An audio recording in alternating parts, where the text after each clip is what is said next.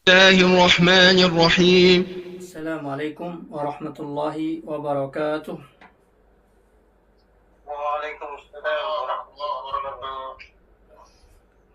الحمد لله نحمده ونستعينه ونستغفره ونعوذ بالله من شرور أنفسنا وسيئات أعمالنا. من يهده الله فلا مضل له ومن يضلل فلا هادي له. أشهد أن لا إله إلا الله وحده لا شريك له وأشهد أن محمدا عبده ورسوله. اللهم صل وسلم وبارك على محمد وعلى آله وصحبه أجمعين. رب اشرح لي صدري ويسر لي أمري واحلل عقدة من لساني يفقه قولي أما بعد. Ikhwati jazakumullah, alhamdulillah di malam hari ini kembali kita diberikan taufik oleh Allah Ta'ala berkumpul bersama di atas nikmat Allah melalui ilmu-ilmu yang Allah ilhamkan kepada manusia sehingga kita bisa memanfaatkannya hari ini untuk melakukan ta'lim, pengajian kita di dalam perkara-perkara keislaman kita. Salawat dan salam tercurahkan kepada uswah tauladan kita baginda Rasulullah sallallahu alaihi wasallam. Kita lanjutkan pembahasan kita di kesempatan hari ini, yaitu melanjutkan pemahaman dari firman Allah Ta'ala surah An-Nisa ayat ke-65. Waqala, dan berkata Syekh, amma qawluhu ta'ala, adapun firman Allah Ta'ala, fala wa rabbika la yu'minuna hatta yuhakkimuka fima syajara bainahum, maka tidaklah demi Rabb engkau wahai Muhammad, la yu'minuna, mereka tidak akan bisa beriman, hatta yuhakkimuka, sampai mereka menjadikan engkau sebagai hakim, fima, pada perkara-perkara syajara, yang terjadi perselisihan. Syajara di sini perselisihan yang sengit, ya. Ya, mungkin sampai pada tingkatan saling bentrok. Bainahum, di antara mereka. Jadi masing-masing mengunggulkan hukumnya masing-masing. Hukum saya begini, yang satu hukum begini. Ya, sehingga terjadi syajar baik di antara mereka. Nah, kalau mereka masih berhukum kepada hukum-hukum mereka, maka tidak bisa dikatakan mereka beriman sampai mereka kembali kepada hukum Rasulullah SAW, sehingga itulah yang akan memutus perseteruan mereka, di mana mereka harus menundukkan keinginan mereka, hawa nafsu mereka, dengan apa yang datang dari hukum Rasulullah SAW. Maka kata Syekh, fahiyya, yaitu ayat ini, ya, ayat surah An-Nisa 65 itu, amatun ala zahiriha, itu adalah dipahami secara umum di, di, di hal yang nampak ketika kita baca itu.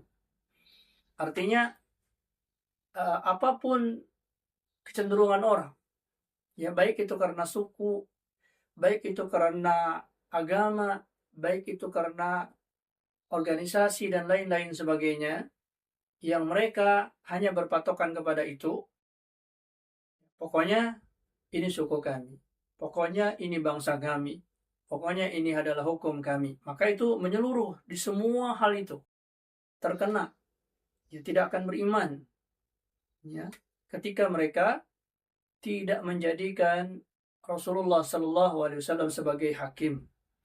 Dan tentunya di masa kita sekarang ini, konteksnya adalah dengan mencari keputusan dari apa-apa yang diperselisihkan di antara manusia, dikembalikan kepada apa yang ditetapkan oleh Rasulullah SAW dan yang paling dekat dengan pemahaman dalam konteks-konteks persamaan, yang lebih dekat, yang lebih sama dengan apa yang datang dari Rasulullah SAW.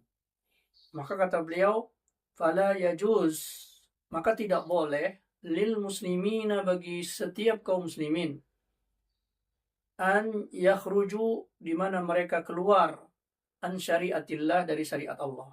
Jadi tidak boleh mereka keluar dari syariat Allah hanya karena kecenderungan tadi, kecenderungan juz'iyah ya, kecenderungan masing-masing bagian-bagian, kelompok-kelompok. Bal yajibu alaihim an yahkumu syar'allah. Bahkan wajib bagi mereka untuk menjadikan hukum syar'allah, syariat Allah. Fi kulli syai', di dalam setiap urusan mereka. Ya, termasuk urusan dunia ya. Urusan dunia itu berkaitan dengan halal haram. Ya, halal haram. Jadi urusan dunia bebas. Sebebas-bebasnya orang berkreasi, cuman ada patokan halal haram. Ya, jadi syariat Allah tetap mengatur kehidupan dunia, yaitu berkaitan dengan halal haram. Ya, apabila perkara itu halal, bagaimanapun bentuknya, tidak melanggar aturan Allah, maka boleh. Ya. Maka di sini fi kulli syai' artinya tidak ada satupun dari sisi kehidupan kecuali ada hukum yang harus dikembalikan kepada hukum Allah. Fima yata'allaqu bil ibadat, kata beliau. Baik itu yang berkaitan dengan ibadah, sholat, saum, zakat, haji, baca Al-Quran. Ya. Wa fima yata'allaqu bil muamalat. Begitu pula yang berlaku dengan urusan muamalah. Urusan hubungan antara sesama manusia. Hubungan jual beli, hubungan hibah, hubungan akad-akad yang terjadi di antara manusia. Itu semuanya dikembalikan kepada hukum Allah. Wa fi jami'i, dan seluruhnya, su'unid diniyah wa dunyawiyah, baik itu urusan din dan urusan dunia. Jadi jangan kita sampai berpikiran bahwa Islam hanya membicarakan masalah diniyah yang berkaitan dengan ibadah saja. Ya. Tapi ketika misalnya di pasar, wah ini urusan saya sendiri. Ketika di negara, ini urusan saya sendiri. Tidak ada kaitannya dengan agama. Tidak demikian, ya. Maka semua diatur oleh Islam. Karena pada hakikatnya setiap orang Muslim yang beriman kepada Allah adalah menghamba kepada Allah. Ya, wa ma khalaqtul jinna wal insa illa liya'budun. Tidak aku ciptakan jin dan manusia kecuali menyembah kepadaku. Baik menyembah itu secara din maupun dalam urusan keduniaan.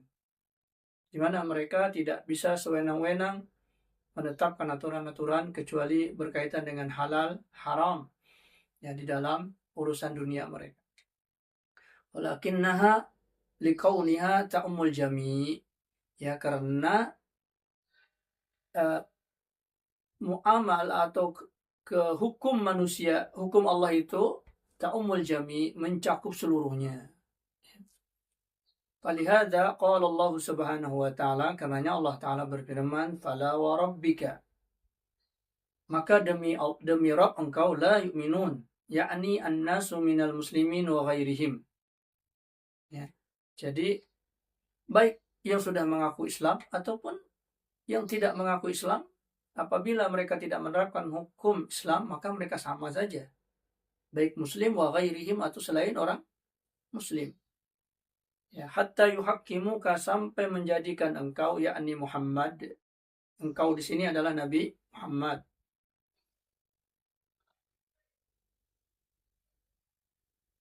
Wa dzalika bitahkimihi, yang demikian itu dengan menjadikan Rasulullah sebagai hakim. Artinya yang memutus perkara. Ya, si fulan maunya begini, si fulan maunya begitu. Nah, itu kalau masing-masing berdiri dengan pendapat, maka mereka akan tasyajur, akan saling berantem, akan saling berseteru. Tapi kalau kemudian mereka merelakan apa yang dikatakan oleh Rasulullah, apa yang ditetapkan oleh Rasulullah, lalu mereka ridha, ya, dan ini menjadikan Rasulullah secara pribadi hala hayatihi, ketika beliau hidup.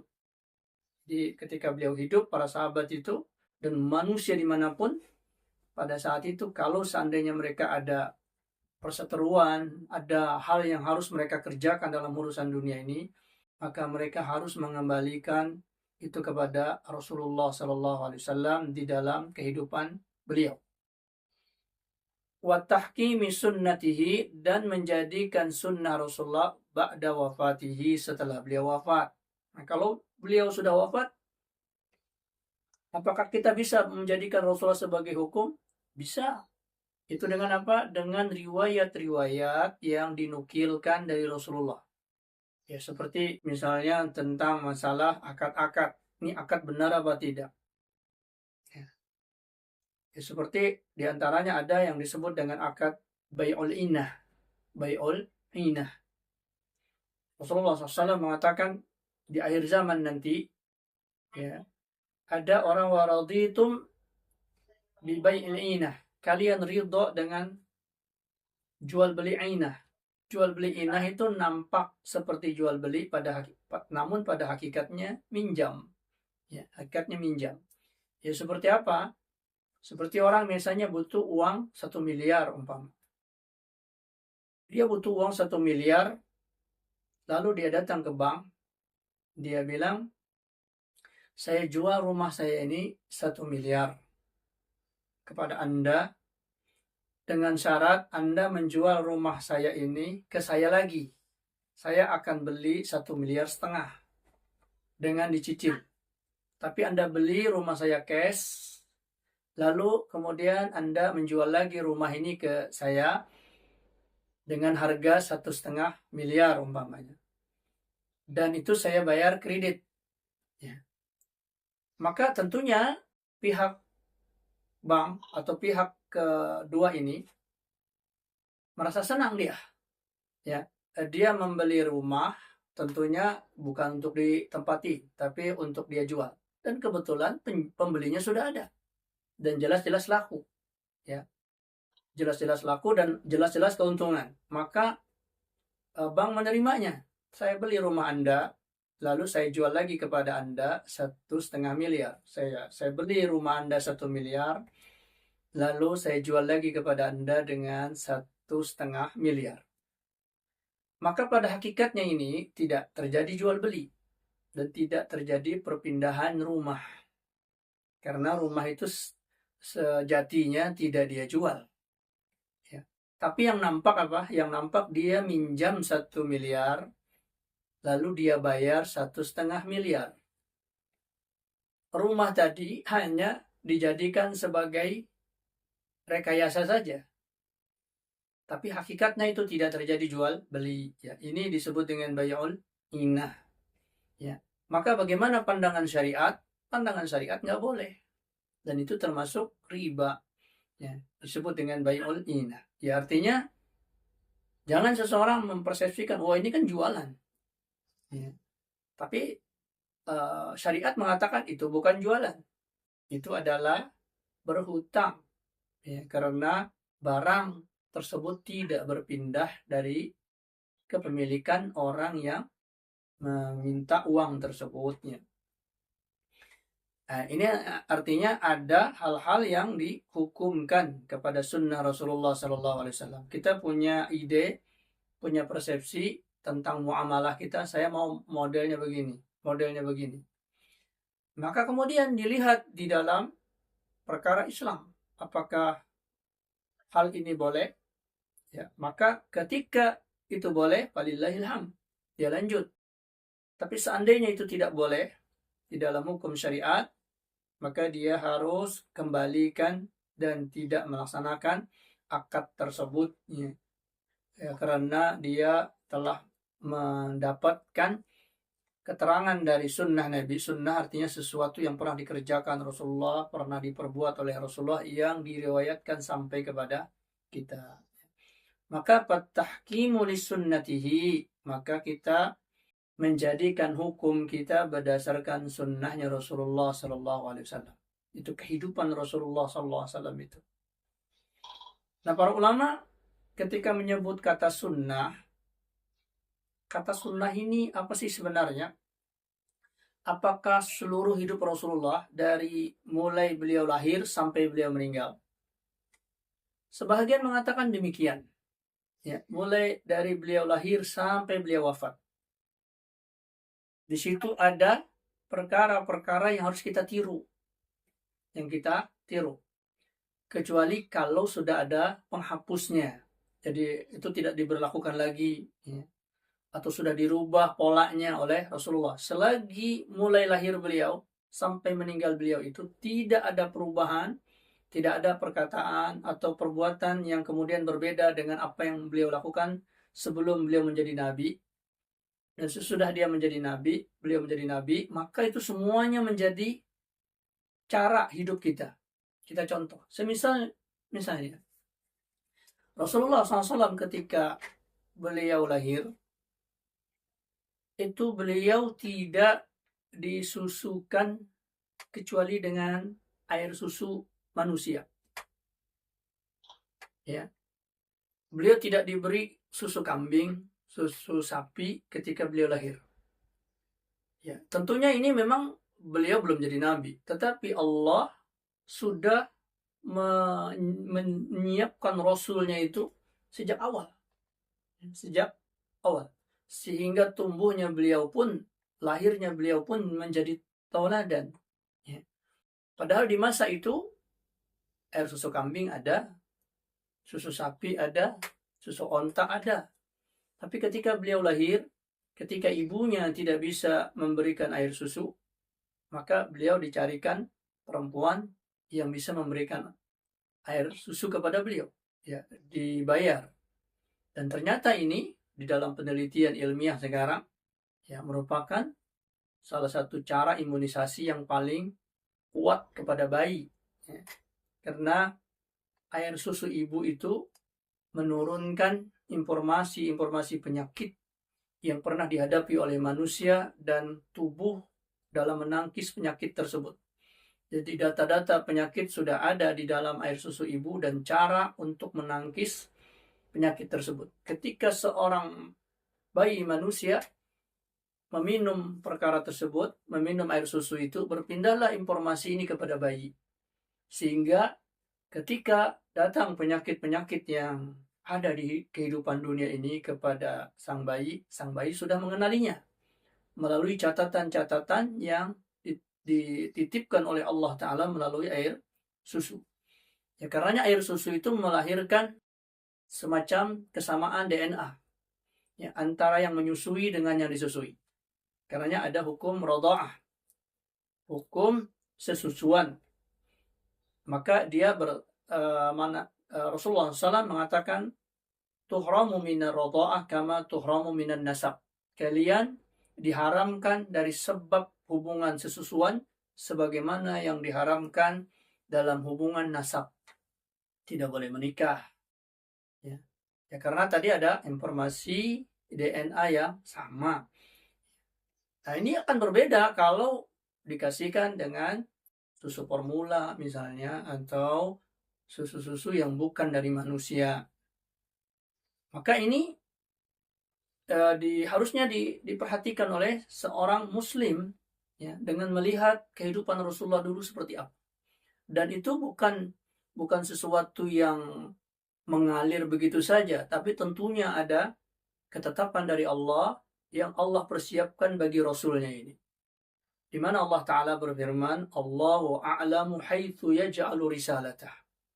Dialah Allah Ta'ala yang mengetahui di mana Allah meletakkan kerisalahan tersebut, ya, meletakkan kerasulan tersebut. Maka Allah sudah mengistiqdad, ya, menyiapkan Rasulullah SAW ketika beliau sebelum jadi nabi. Ya, maka ini bisa dicontoh oleh umat Islam. Juga semisal orang-orang berbincang tentang bagaimana hukum musik, mendengarkan musik halal atau tidak. Maka kita melihat tentang hidup Rasulullah. Ketika beliau belum jadi nabi, ya sekitar usia 8 tahun beliau mengembala kambing bersama dengan teman-teman beliau dalam mengembala kambing. Lalu kemudian Rasulullah punya keinginan untuk melihat satu perayaan lah, keramaian, konser kalau bahasa kita sekarang, musik, keramaian di kota Mekah. Lalu kemudian beliau berkata kepada sahabatnya itu, teman-temannya, boleh nggak saya titipin kambing? Saya ingin menyaksikan keramaian di kota Mekah. Ya, kemudian teman-temannya mengatakan, iya, cobalah engkau dengar. Ya, sampai di sana, kemudian Rasulullah SAW itu tertidur, tidak mendengar musik tersebut. Ya. Ketika beliau balik ke teman-temannya tanya, bagaimana tadi malam, ramai tidak? Kata Rasulullah SAW, saya tidak mendengar. Tertidur, ditidurkan oleh Allah Subhanahu wa Ta'ala, sehingga beliau tidak mendengar suara-suara musik tersebut. Pada awalnya disangka itu adalah mungkin karena lelah, karena ini dan sebagainya. Lalu beliau menginginkan untuk kedua kalinya. Di kali kedua juga beliau tertidur. Ya, kemudian Rasulullah mengatakan, sampai kemudian tidak ada lagi di dalam hatiku keinginan untuk mendengarkan musik-musik tersebut. Nah, kalau seandainya musik itu halal, maka tidak dicegah Rasulullah Shallallahu Alaihi Wasallam untuk mendengarkan musik-musik tersebut. Ketika Rasulullah dihalangi, berarti perkara itu tidak baik. Ya. Maka walaupun beliau belum menjadi nabi pada saat itu, tapi itu sudah menjadi contoh kehidupan. Ya. Oh, di mana nabi dihindarkan dari musik-musik yang menelenakan. Ya. Maka jemaah para ulama al-qudama, ya, ulama-ulama terdahulu dari 4 mazhab tentang haramnya mendengarkan musik. Walaupun di sini ada perincian, ya, musik yang dimaksud, ya. Jadi Rasulullah SAW mengatakan, al-faslu bainal halali wal haram, pemisah antara yang halal dan haram di dalam mendengarkan musik, yaitu as-saut wa darbu bid-duf. Kata Rasulullah, yang halal di dalam mendengarkan musik, jadi musik itu atau nyanyian, ya, nyanyian itu yang dihalalkan adalah as-saut, yaitu bernyanyi dengan suara tanpa diiringi alat musik. Ya, ini pertama. Yang kedua, kalaupun diiringi dengan alat musik, maka minimal atau maksimal alat musik yang digunakan itu adalah alat musik yang tidak memiliki tangga nada yang berlebihan. Ya, cuman 1-2, yaitu seperti duk rebana. Ya, dak dik dak dik begitu saja, duk, ya, dipukul cuman 2 saja. Ya, kata Rasulullah SAW, al-faslu bainal halali wal haram, pemisah antara musik yang halal dengan musik yang haram adalah as-sautu wad darbu bid-dub, bersuara, bernyanyi tanpa ada musik, atau bernyanyi dengan suara diiringi dengan dub. Dan ini dikiaskan oleh para ulama, setiap alat musik yang tidak memiliki rupa-rupa bunyi, ya. Karena sebab ilahnya apa? Sebab larangan itu kenapa? Karena kalau sudah ada alat musik yang berlebihan, itu mesti manusia itu terlena. Ya, tanpa sadar kadang-kadang kepalanya bergoyang, ya, pinggulnya bergoyang, kakinya juga mulai bergoyang tanpa sadar dia. Sehingga dia lupa dengan harga dirinya, kadang-kadang berjoget, ya, dengan hal tersebut. Ya, kalau seandainya dia sadar, mungkin dia malu. Tapi karena terpengaruh dengan musik tadi, dengan melodi yang begitu mendayu-dayu, ya, sehingga terjadi. Namun tidak diingkari, manusia itu senang dengan bunyi-bunyian, dengan suara-suara. Maka diberikan satu kemudahan, boleh engkau mendengar lagu, tapi tidak ada musiknya. Ya, seperti mengalunkan syair-syair, ya. Atau kalaupun ada bunyi-bunyian, itu dengan alat yang tidak tidak membuat sampai terlena, hanya dengan taktik tuk ya, seperti rebana tadi. Yang ketiga, syaratnya musik yang dihalalkan adalah liriknya. Lirik musik tersebut tidak bersinggungan dan hal yang dilarang oleh syariat. Ya. Walaupun dia bersuara saja, ya, tapi yang dinyanyikan tentang hubungan laki perempuan sebelum pernikahan, ya, percintaan sebelum pernikahan, ya, bercerita tentang zina, bercerita tentang hal-hal yang buruk lah, ya, maka itu dilarang. Atau bahkan lirik-lirik yang merusak akidah. Diceritakan Rasulullah SAW duduk di sebuah walimah, sebuah pernikahan. Lalu kemudian ada yang mengatakan itu pernikahan Ali bin Abi Thalib dengan Fatimah. Lalu Rasulullah duduk, lalu beliau mendengar jariyah, yaitu anak-anak perempuan yang bernyanyi. Ya, karena memang namanya keramaian, namanya waktu-waktu gembira, ada hal-hal yang dibunyikan, bernyanyi. Lalu kemudian jariyah itu, ya, penyanyi perempuan ini, anak kecil ini, ketika melihat Rasulullah, lalu dia merubah liriknya. Dia merubah lirik lagu tersebut. Lalu dia katakan, wa fina nabiyyun ya'lamu ma fi ghadin.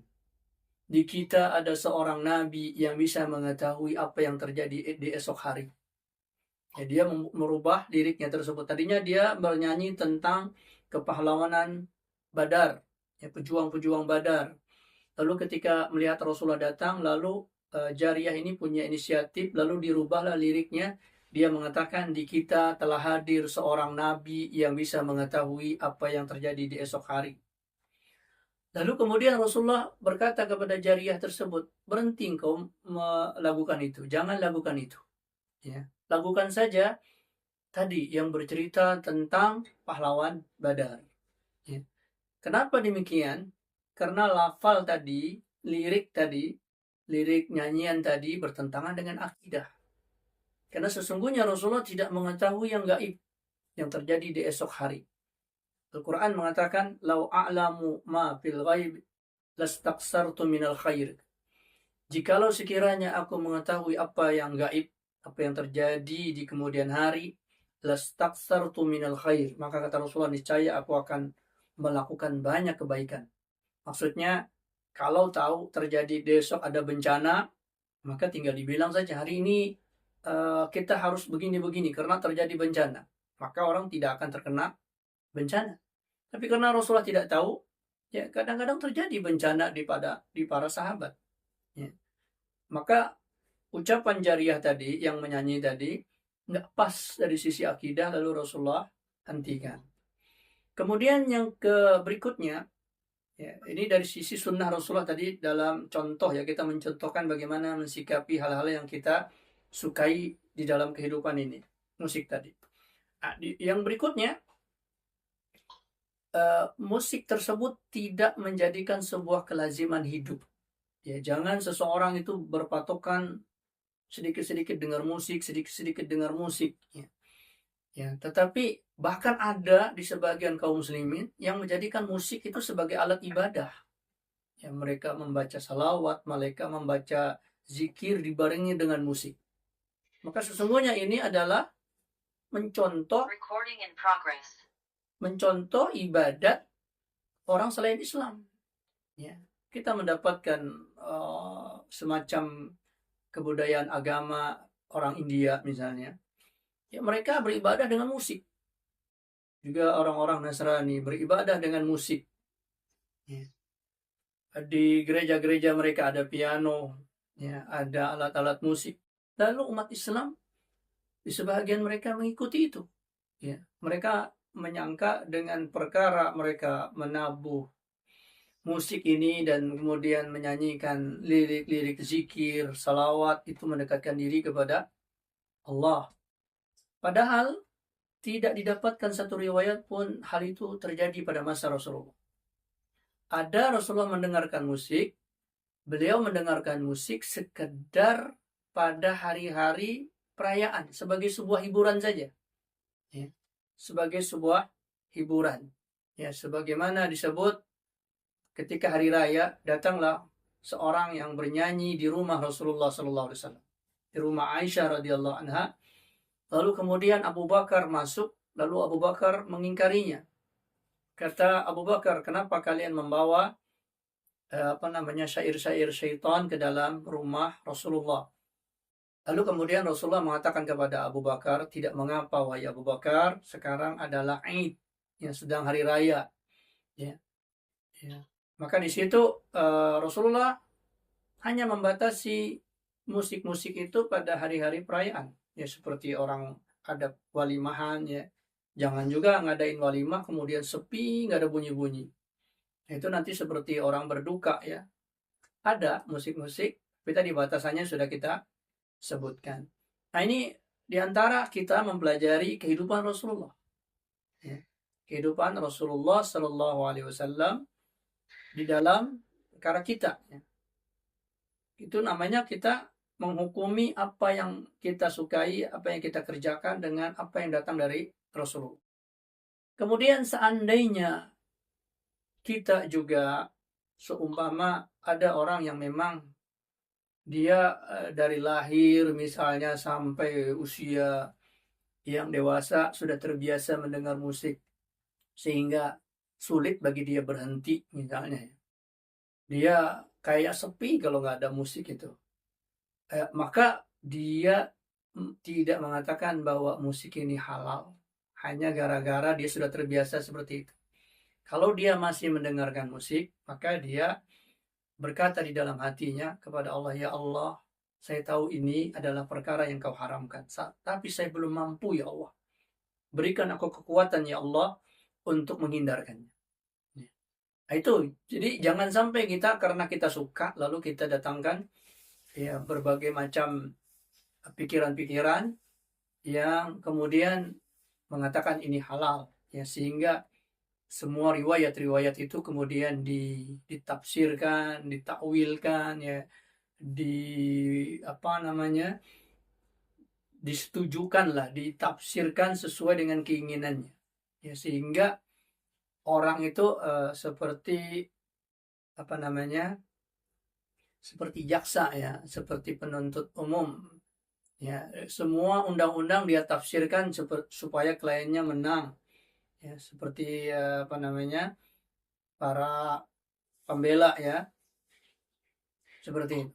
Maka ini jangan ya. Kalau kita memang mengetahui apa yang kita lakukan menyelisihi sunnah Rasulullah SAW, maka kita katakan sunnah Rasulullah benar. Tetapi ya Allah, saya belum mampu untuk melakukannya. Maka beri saya kemampuan. Ya. Maka ini insya Allah Ta'ala akan membuka pintu hatinya dan mudah bagi dia untuk mendapatkan hidayah di dalam meninggalkan perkara-perkara yang menyelisihi kebiasaan Rasulullah Sallallahu Alaihi Wasallam. Maka itu namanya kita berhukum kepada sunnah Rasulullah, ya, bukan sekedar kita suka nggak suka. Ya. Maka ini namanya at-tahkim lima anzalallah minal Quran was sunnah. Ya, menghukumkan dengan apa yang diturunkan oleh Allah dari Al-Quran dan As-Sunnah. Fima syajara bainahum. Lalu apa makna fima syajara bainahum? Ya, dalam perkara syajara yang terjadi perseteruan bainahum di antara mereka, yaitu fima tanaza'u fihi. Itu dalam perkara tanaza'u yang saling gontok-gontokan di antara mereka di dalam perkara tersebut. Ya. Yang ini begini, yang itu begitu, sampai kepada ya bisa jadi saling baku hantam. Ya. Maka hadza huwal wajib alaihim, maka yang wajib atas mereka di dalam perkara ini, kalau sudah ada yang diperselisihkan, ya, yang ini mengatakan halal, yang ini mengatakan haram, yang ini mengatakan begini, yang mengatakan begitu, maka mereka wajibnya apa? Ayo kembali kepada Al-Quran Al-Karim war Rasul dan Rasul. Apa maknanya? Maknanya jangan seseorang kemudian berdebat tanpa merujuk. Ya, menurut pendapat saya begini, pendapat saya begitu. Konon di dalam ayat ini begini, konon di dalam ayat itu begitu. Tidak demikian. Ya, tetapi mereka menghadirkan Al-Quran, menghadirkan tafsirnya, menghadirkan hadis-hadis dan rujukannya ada, lalu penjelasan hadis-hadis tersebut. Itu namanya baru bertahkim. Ya. Tapi kalau ini persepsinya dia tidak ada rujukannya, mungkin benar, mungkin tidak, ya itu tetap akan terjadi perseteruan. maka hendaklah mereka melapangkan hati, mereka duduk. Apa alasanmu? Dari ayat apa yang kau ambil?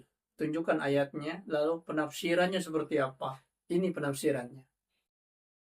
Kamu alasannya apa? Ini ada ucapan Rasulullah, perbuatan Rasulullah. Diberikan kitabnya, rujukannya, teksnya, ya, kemudian apa pandangan para ulama, penafsiran para ulama tentang makna ayat tersebut, hadis tersebut. Nah, ini yang dimaksud menghukumkan kepada Al-Quran dan hadis Rasulullah SAW. Fi hayatihi wa ba'da wafatihi, di dalam kehidupan beliau, kehidupan Rasulullah, dan setelah wafat Rasulullah. Sama saja. Ya, menghukumkan kepada Rasulullah. Kalau dalam hidup beliau, ya kepada beliau langsung tanya. Diceritakan, ada 2 orang sahabat melakukan safar, perjalanan. Tiba-tiba datang waktu sholat.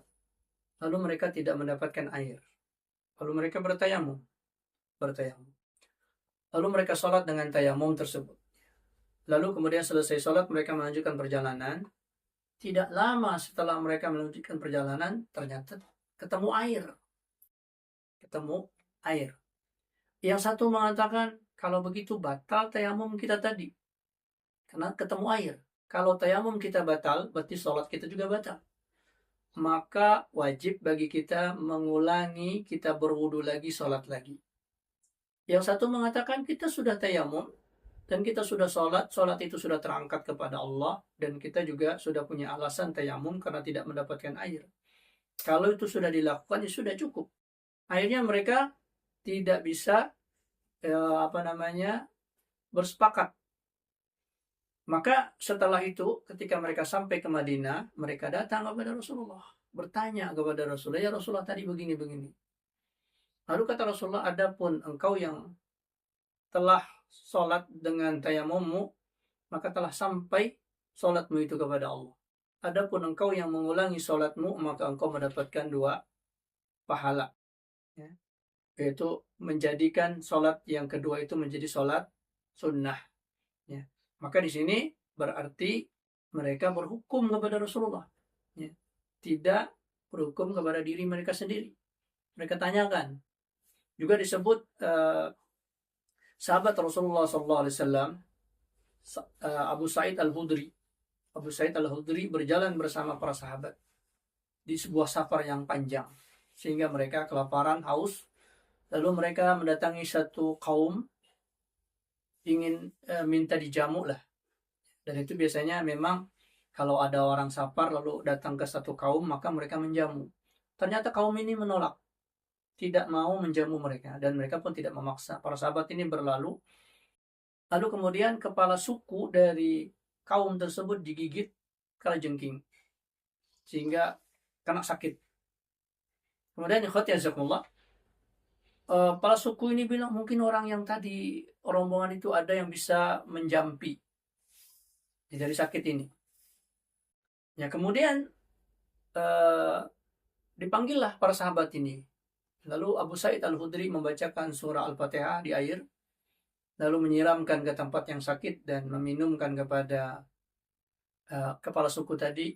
Fabari abi iznillah, maka sembuhlah kepala suku itu dari sakit yang menimpa dia dari sengatan kalajengking tersebut. Saking senangnya, lalu kemudian kepala suku ini menyembelihkan kambing dan membawa menghidangkan kepada mereka dijamu sepuasnya.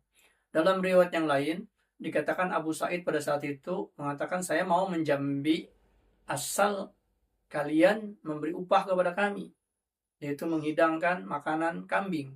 Ya, dalam riwayat yang lain itu adalah inisiatif dan bahagianya para suku itu karena sembuh. Lalu kemudian mereka makan. Itu inisiatif dari para sahabat, ya, dari Abu Sa'id Al-Khudri membacakan Al-Quran di air, lalu memberikannya kepada orang yang sakit tadi. Dan itu belum terjadi sebelumnya. Mereka tidak punya ilmu, tapi beristihadlah pada saat itu. Nah, kemudian mereka bertanya-tanya, apa benar nih perbuatan kita?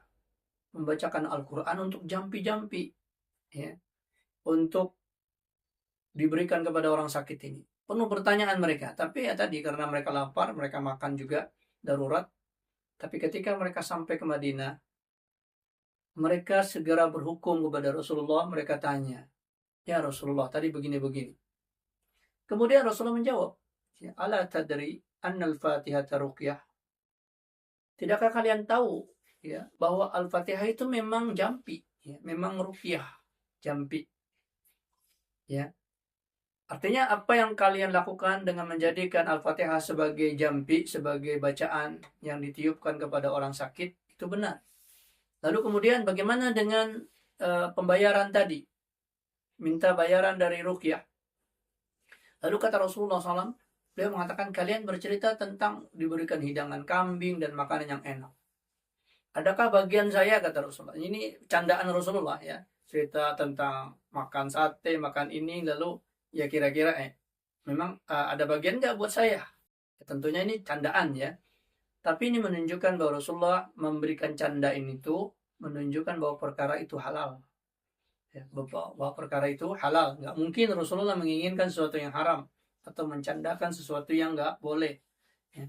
Nah, ini namanya menghukumi perkara mereka dengan bertanya langsung kepada Rasulullah fi hayatihi, ketika beliau hidup, wa ba'da mamatihi, adapun setelah wafatnya beliau, bittiba'i sunnatihi, dengan mengikuti sunnah Rasulullah sallallahu alaihi wasallam. Apa yang Rasulullah putuskan dalam ucapan beliau, dalam tindakan beliau yang diriwayatkan kepada kita, dan wajib riwayat tersebut memang sahih, akurat, benar, bahwa itu datang dari Rasulullah riwayat tersebut, bukan mengada-ngada. Dan tentunya penelitian ini sangat panjang ya, sangat teliti para ulama-ulama Islam di dalam meneliti ucapan, perbuatan, dan hal-hal yang diriwayatkan dari Rasulullah SAW. Allati hiya bayanul Qur'anul Karim, yang itu merupakan penjelasan dari Al-Quran. Ya, jadi ucapan Rasulullah, perbuatan Rasulullah itu menjelaskan hukum Al-Quran. Sebagai contoh begini, hukum berkumur-kumur dan beristinsak. Ya, berkumur-kumur dan memasukkan air ke hidung ketika wudhu itu hukumnya apa? Kira-kira ada yang paham? Hukumnya apa? Wajib, apa sunnah, apa rukun? Berkumur-kumur. Nah, ada yang paham? Ada yang tahu?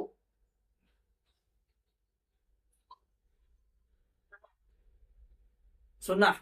Sunnah dalam arti boleh ditinggalkan. Jadi kalau ada orang berwudu lalu dia tidak berkumur-kumur, tidak beristinsak, berarti wudunya tetap sah begitu ya.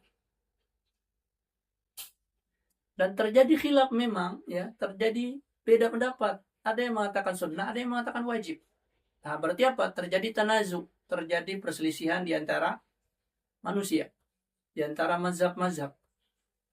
Nah, bagaimana perbuatan Rasulullah dan apa yang ada di Al-Quran? Al-Quran mengatakan apa? Dalam surah Al-Maidah ayat ke-6, فَإِذَا كُنْتُمْ إِلَى الصَّلَاةِ, apabila kalian mengerjakan salat, فَاغْسِلُوا وُجُوهَكُمْ, basuhlah wajah kalian. Apa makna wajah? Kita hanya dapat informasi basuhlah wajah kalian. Apa makna wajah itu? Kalau dikembalikan ke arti bahasa, wajah itu adalah ma yasluhu lil muwajahah, sesuatu yang nampak ketika orang berhadap-hadapan. Jadi kalau kita berhadapan dengan teman kita, yang nampak apa? Jidatnya, ya, pipinya nampak, dagunya nampak ini. Tapi yang tidak nampak misalnya apa? Di belakang telinga ini, nggak nampak. Ya, di dagu, di bawah dagu itu tidak nampak. Rongga hidung tidak nampak, rongga mulut tidak nampak, kecuali dia nganga ya. Ya, atau orang dicolek hidungnya baru kelihatan. Tapi ketika berhadapan itu cuma hidung luar, mulut luar. Itu secara bahasa. Nah, kalau kita memaknai wajah hanya dari sisi bahasa, Itu gawat. Maka siapa yang menjelaskan makna wajah itu? Jawabannya Rasulullah. Ya karena Allah Ta'ala berfirman, tugas Rasulullah apa? Litubayyina linnasi ma nuzzila ilaihim. Rasul itu tugasnya menjelaskan apa yang diturunkan kepada mereka. Ternyata ketika Rasulullah SAW berwudu, tidak satupun riwayat yang menunjukkan Rasulullah meninggalkan berkumur-kumur dan beristinsaq. Jadi ketika beliau membasuh wajah, maka termasuk bagian wajah itu adalah dalam hidung, dalam mulut, dan juga di bawah dagu. Ya, di bawah dagu. Praktek Rasulullah ketika berwudu, beliau berkumur-kumur, beristinsaq. Kemudian dari ucapan beliau, semua ucapan beliau memerintahkan untuk berkumur-kumur dan beristinsaq. Jadi bukan hanya penghabaran, tapi Rasulullah memerintahkan. Tamat wastansar. Ya, Rasulullah mengatakan berkumur-kumurlah dan beristinsaqlah. Juga dalam hadis yang lain Rasulullah mengatakan wabalik fil istinsaq ya illa an takuna shaiman. Bersungguh-sungguhlah kalian beristinsaq. Jadi ada perintah bersungguh-sungguh. Yaitu menyedotnya sampai terasa di hidung kecuali kalau kalian saum. Artinya kalau kalian saum tetap beristinsaq tapi nggak perlu sungguh-sungguh. Cukup disedot sedikit, ya, dikumur sedikit.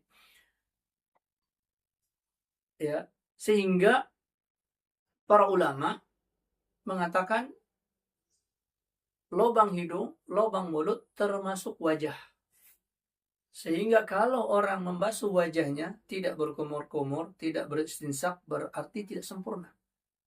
Ya, dan Rasulullah SAW tidak pernah meninggalkan berkumur-kumur dan beristinsaq. Sehingga perintah yang disebut di dalam berkumur-kumur dan beristinsaq itu tidak ada yang bisa memalingkan itu dalam perkara sunnah.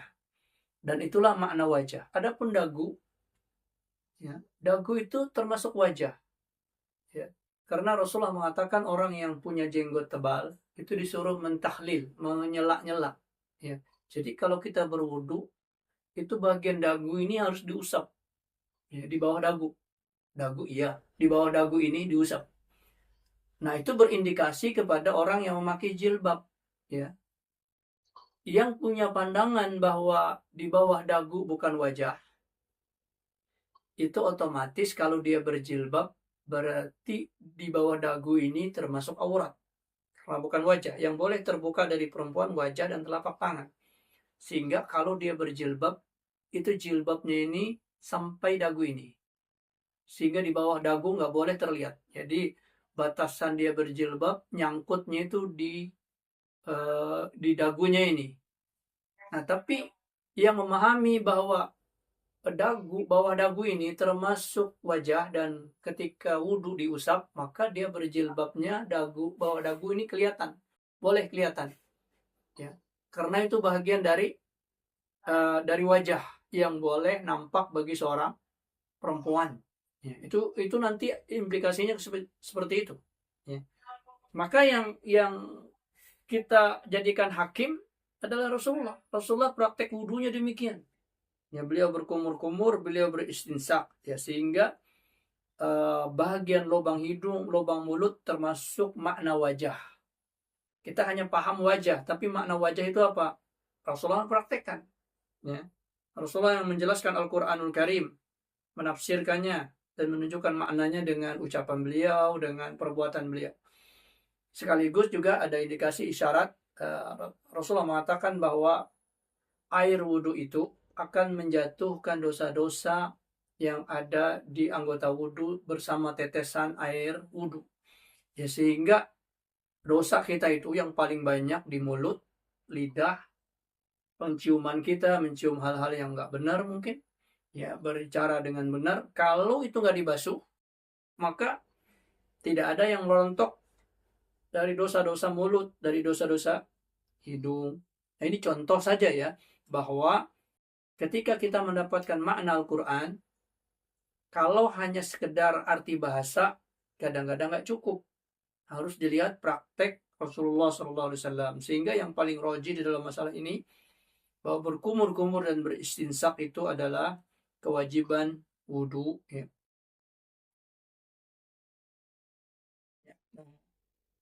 Kemudian terakhir, ثم لا يجد في أنفسهم حرجا مما قضيت ويسلم تسليما.